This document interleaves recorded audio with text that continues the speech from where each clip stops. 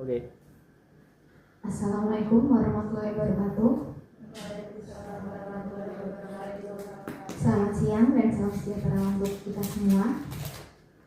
Yang terhormat Kepala Puskesmas Gilingan Dr. Gigi Luciana Dwi Astuti, yang saya hormati Kasubag Tata Usaha Ibu Titik Mardianti Espam, serta rekan-rekan sejawat yang saya hormati.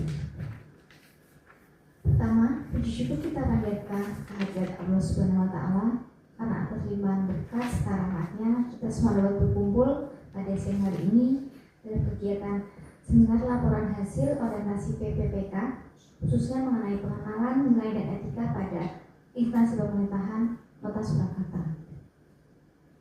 Kegiatan ini merupakan bagian dari bentuk pertanggungjawaban serta upaya refleksi pembelajaran kami sebagai ASN P3K, sekaligus menjadi sarana untuk menyerap insight dan inovasi dari hasil orientasi yang telah kami ikuti. Adapun susunan kegiatan pada siang hari ini yaitu pertama, pembukaan, kedua, presentasi hasil orientasi peserta, ketiga, sesi tanya jawab dan diskusi, serta keempat adalah penutup.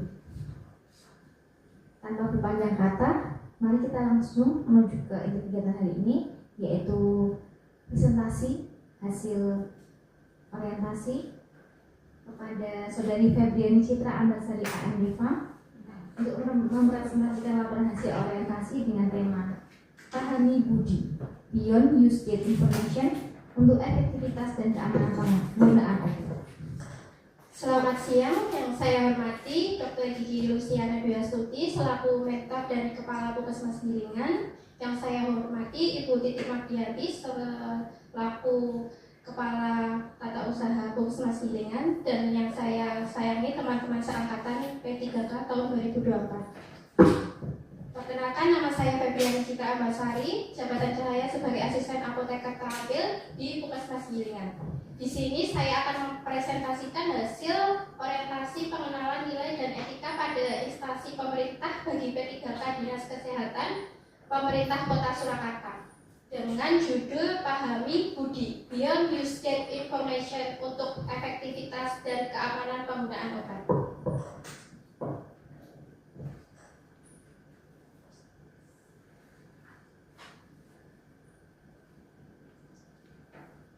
Latar belakang dari pelaksanaan orientasi yaitu Undang-Undang Nomor 5 Tahun 2024 Bab 1 Pasal 1 tentang Aparatur Sipil Negara. ASN adalah profesi bagi pegawai negeri sipil, PNS, dan pegawai pemerintah dengan perjanjian kerja yang bekerja pada instansi pemerintah.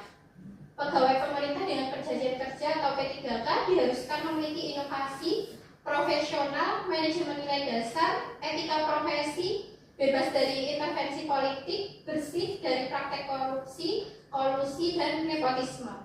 Berdasarkan Peraturan Lembaga Administrasi Nomor 15 Tahun 2020, pengembangan kompetensi adalah pelatihan yang dilakukan dalam rangka pengayaan pengetahuan P3K sesuai dengan kebutuhan instalasi pemerintah.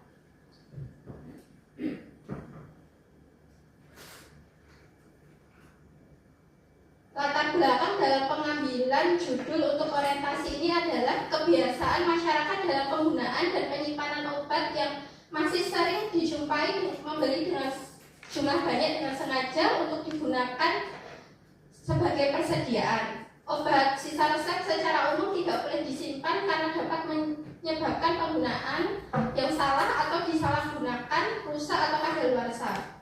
Dalam praktek sehari-hari jarang terjadi salah pengertian terkait tanggal kadaluarsa dan beyond use date.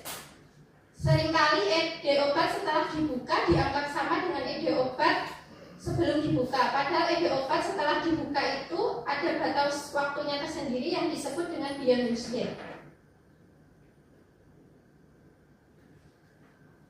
Maksud dan tujuan, yang pertama maksudnya pengayaan pengetahuan P3K dalam lingkup kompetensi teknis. 2. Mengenal nilai dan etika instansi. 3. Mengaktualisasi nilai-nilai dasar ASN berakhlak. Tujuannya 1. Pengenalan tugas dan fungsi ASN, pengenalan nilai dan etika.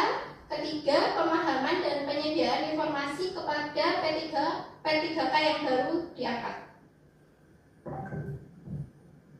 Waktu dan tempat pelaksanaan dimulai dari pembukaan untuk angkatan 1 tanggal 16 Mei tahun 2025. Yang kedua, MOOC melalui LMS Solowasis tanggal 17 sampai dengan 28 Mei 2025.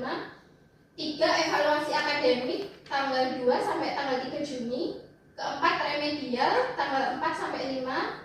Kelima, orientasi tempat kerja yang berlangsung mulai tanggal 4 sampai 18. Yang keenam, seminar yang berlangsung pada hari ini tanggal 19. Yang ketujuh, nanti evaluasi pelatihan. Yang kedelapan, penutup.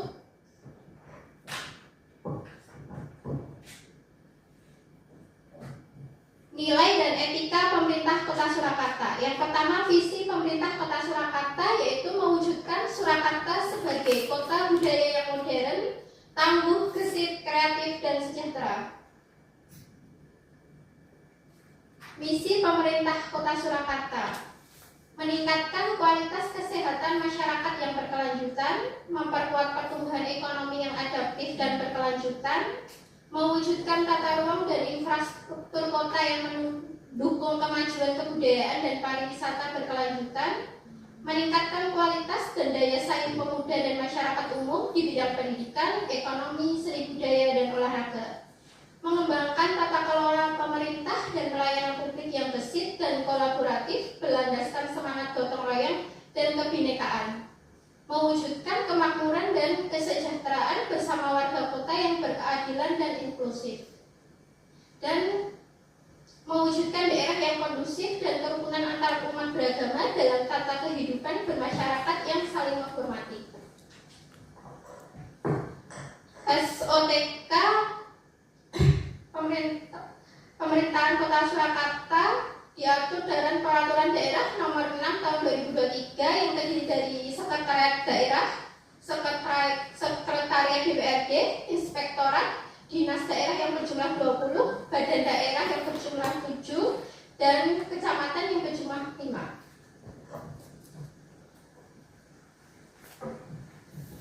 Nilai dan etika organisasi. Visi Dinas Kesehatan yaitu mewujudkan Surakarta sebagai kota budaya yang modern, tangguh, gesit, kreatif, dan sejahtera.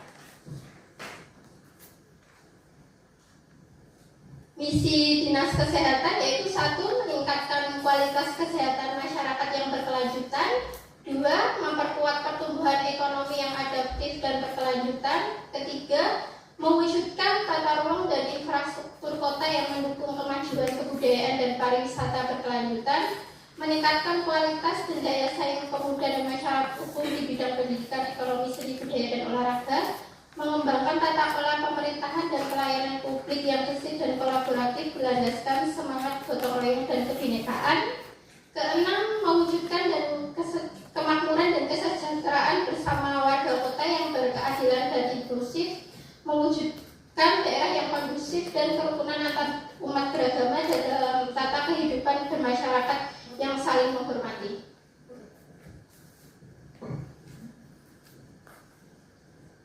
Untuk Puskesmas Gilingan sendiri, lokasinya di Bibis Wetan, RT 3 RW 19, Gilingan, Banjarsari. Untuk jejaring terdiri dari 1 pustu, 33 posyandu dan 20 posyandu lansia. Akreditasi paripurna tahun 2017 dan 2023. Visi Puskesmas Gilingan mewujudkan masyarakat sehat untuk Kota Surakarta sebagai kota budaya yang modern, tangguh, gesit, kreatif, dan sejahtera.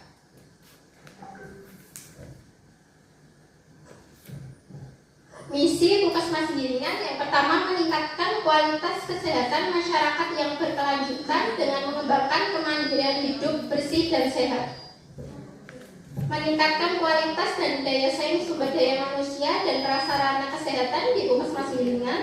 Ketiga, meningkatkan tata kelola mutu pelayanan kesehatan yang gesit dan kolaboratif dengan lintas program dan lintas sektor. Ini SOTK Puskesmas Gilingan Kota Surakarta berdasarkan Peraturan Menteri Kesehatan Nomor 19 Tahun 2024 yang terdiri dari 5 klaster. Yang pertama klaster manajemen, yang kedua klaster ibu dan anak,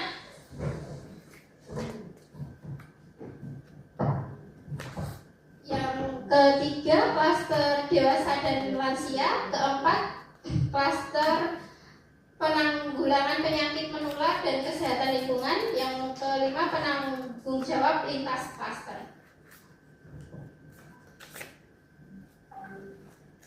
Tugas pokok dan fungsi: satu, melakukan pelayanan kefarmasian. Kedua, melakukan penyiapan rencana kerja kefarmasian, melakukan pengelolaan perbekalan, dan melaksanakan tugas lain yang diberikan oleh atasan langsung. Untuk rencana kerja dan hasil kerja, yang pertama, identifikasi isu. Satu, kebiasaan masyarakat dalam penggunaan dan penyimpanan obat masih sering dijumpai dengan sengaja membeli obat dalam jumlah banyak untuk disimpan sebagai persediaan pada saat keadaan darurat. Sebelum menggunakan obat, salah satu hal yang menjadi patokan apakah obat tersebut masih layak digunakan atau tidak adalah expired date. Dalam praktek sehari-hari tidak jarang terjadi salah pengertian terkait tanggal kadaluarsa obat setelah kemasan dibuka. Ketiga, seringkali ED obat setelah dibuka dianggap sama dengan ED obat sebelum dibuka, padahal ED obat tersebut sudah berubah. Dalam dunia kefarmasian itu disebut dengan beyond use date. Isu yang diangkat yaitu perlunya dilakukan edukasi ke masyarakat mengenai pemahaman tentang beyond use date. Gagasan yang diangkat yaitu pahami budi beyond use date information untuk efektivitas dan keamanan penggunaan obat.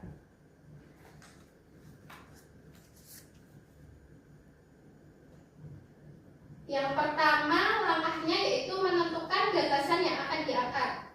Saya berkonsultasi terhadap atasan mengenai isu atau masalah yang terjadi. Setelah berkonsultasi yaitu merencanakan pembuatan leaflet sebagai media informasi kepada pasien dengan mencari referensi materi mengenai beyond use date sebagai acuan pembuatan leaflet.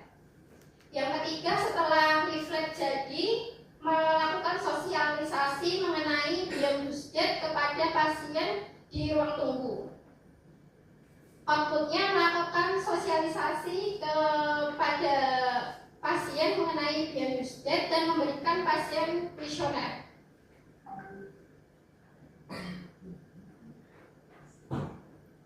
Yang keempat, berkolaborasi dengan lintas program untuk memposting leaflet mengenai beyond use date. Dalam hal ini saya berkolaborasi dengan Promkes untuk memposting leaflet di media sosial Instagram milik Puskesmas Gilingan. Yang kelima, melakukan evaluasi terhadap sosialisasi yang telah dilaksanakan dengan mengevaluasi jawaban koresponden terhadap kuesioner yang telah diberikan.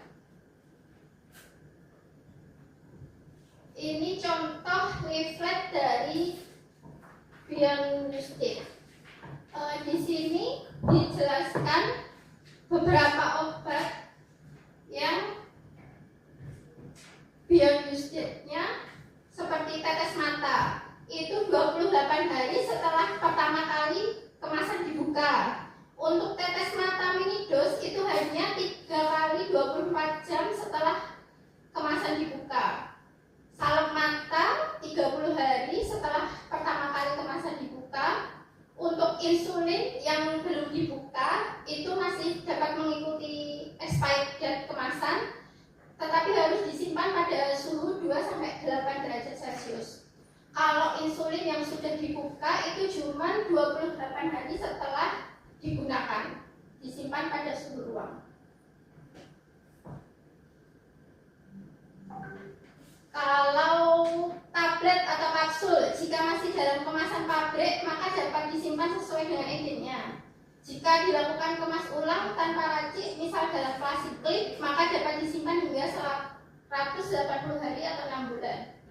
Untuk racikan kuyet dan kapsul itu hanya 30 hari setelah diracik. Sirup racikan 35 hari setelah pertama kali kemasan dibuka. Untuk sirup kering, biasanya ini antibiotik, itu hanya maksimal 14 hari setelah dilakukan. Untuk suspensi bertahan 90 hari setelah pertama kali kemasan dibuka. Krim, salep, gel itu maksimal 35 hari sejak kemasan pribadi dibuka.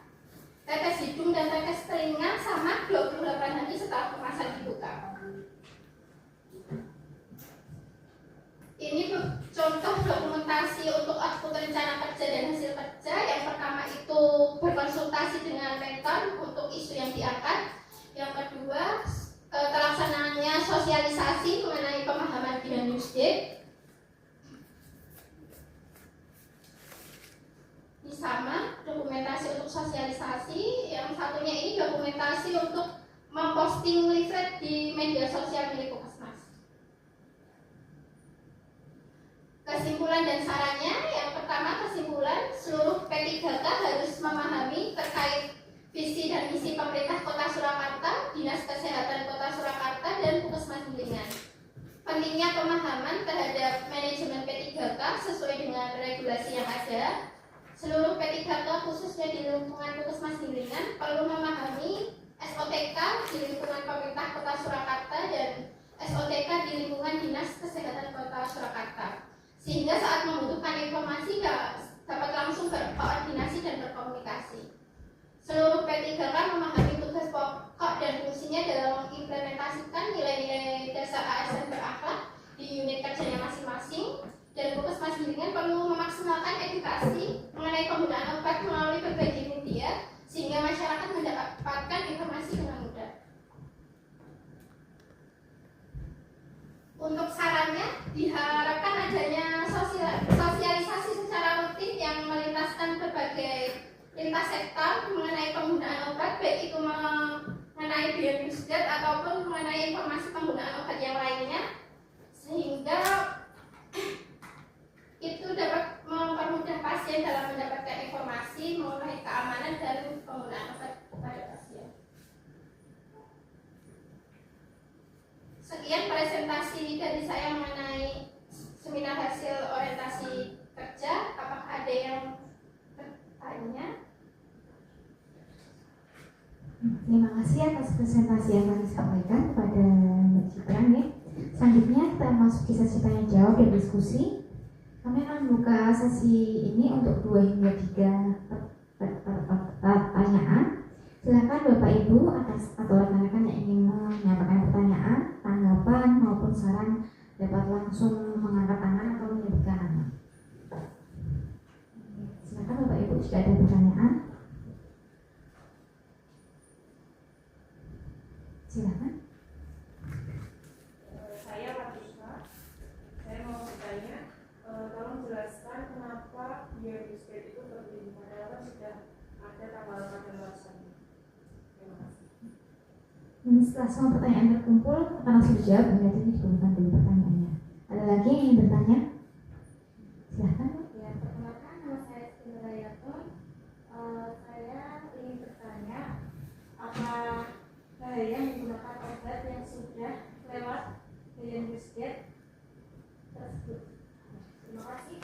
Ya, ada lagi? Mungkin satu lagi. Silahkan. Pertanyaan nama saya Maulana. Pertanyaannya, hal yang bisa dilakukan selain edukasi terkait pemahaman Beyond Newsdate itu?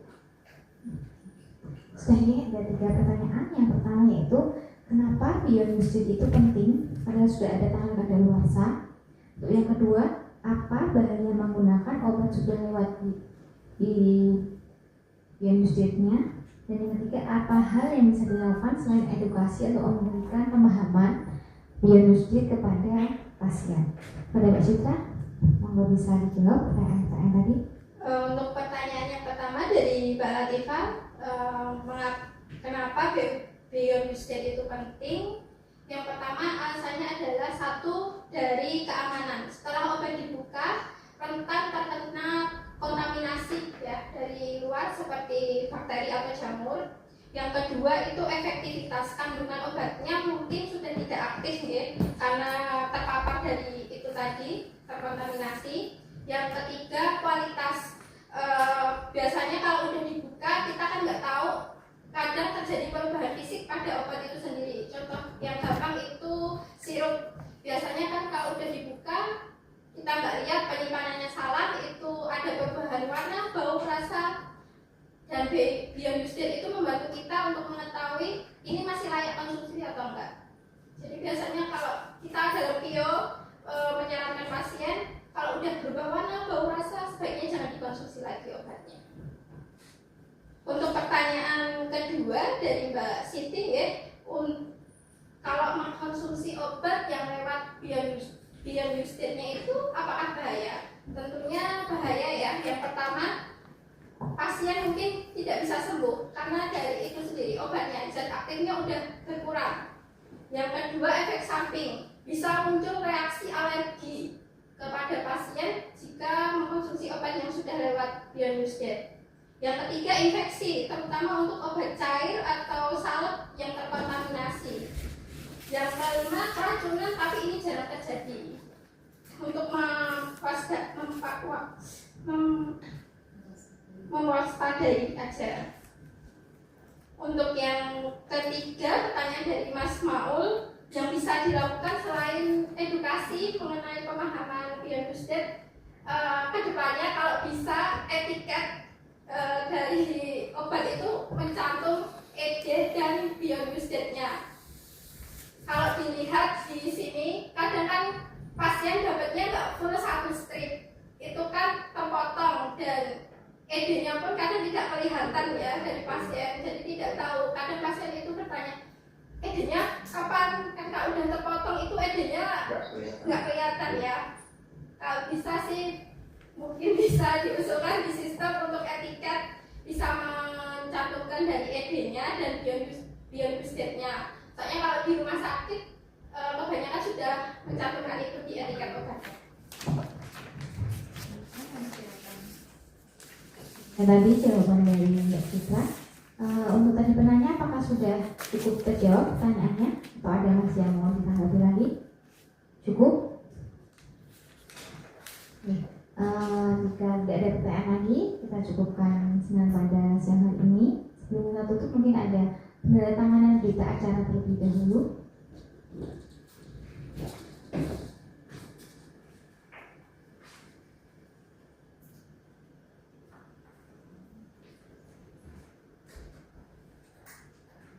Baiklah, berita acara oleh mentor.